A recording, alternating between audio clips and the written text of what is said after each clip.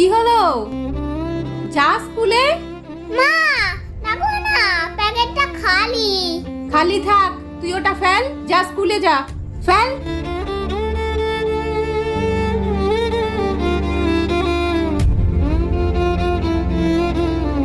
এই খালি প্যাকেটটা এখনো পড়ে আছে এখানে। কি ব্যাপার, কেমন একটা ভারী মনে হলো? মা, এই প্যাকেটটাতে ক্যাডবেরি আছে গো, নেবো? ঠিক আছে বাবা, নাও নাও। ইয়ে, কি মজা।